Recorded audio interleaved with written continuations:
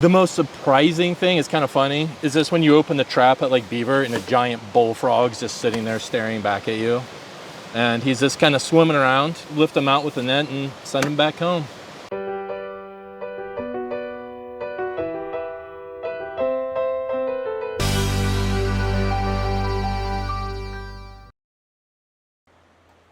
I'm Burke Strobel, the senior fish biologist for the Portland Water Bureau.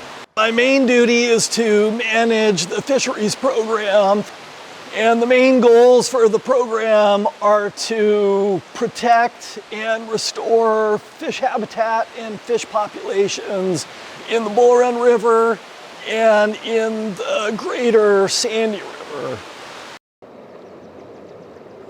What Burke is doing right now is he's emptying the live well from this rotary screw trap. This rotary screw trap turns with the flow of the water. It forces them all to the rear of the screw, and they accumulate in that live trap. And so once a day we come out and empty the live trap, take all the fish that are in there out, and all the debris that gets in there as well.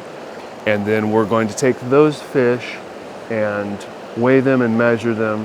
And the ones that are new fish, we'll take a fin clip on them and then move them upstream. They'll have an opportunity to get caught in the trap again.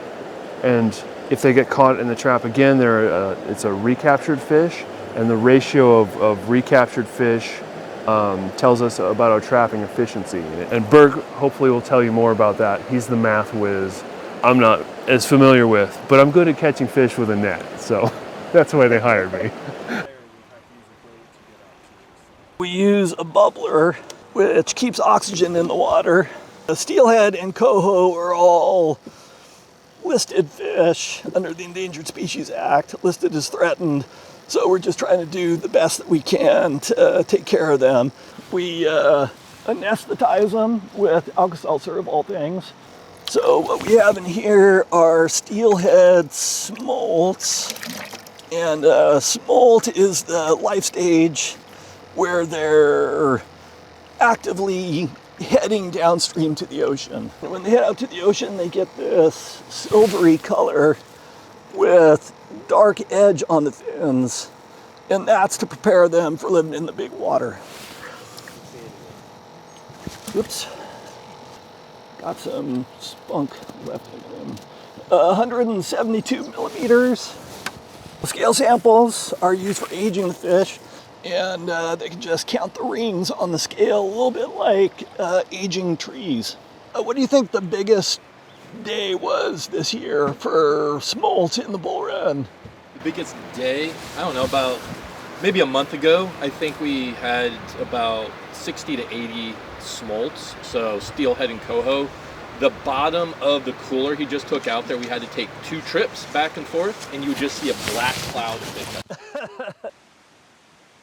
We have 3 other sites that we run fish traps on: the Bull Run, the Little Sandy, and Beaver Creek in Troutdale. While the Water Bureau is working very hard to provide constant and high quality water to the city, that we're also working really hard to be good stewards of the natural environment, the places that we have impacts or potential impacts on. It is very rewarding to first put the projects on the ground and through our monitoring be able to see fish come in and use them, and then through things like our smolt trap network and actually see the benefits, see the fish numbers, which bounce around from year to year, but you can see them climbing over time because we do this every year, every spring.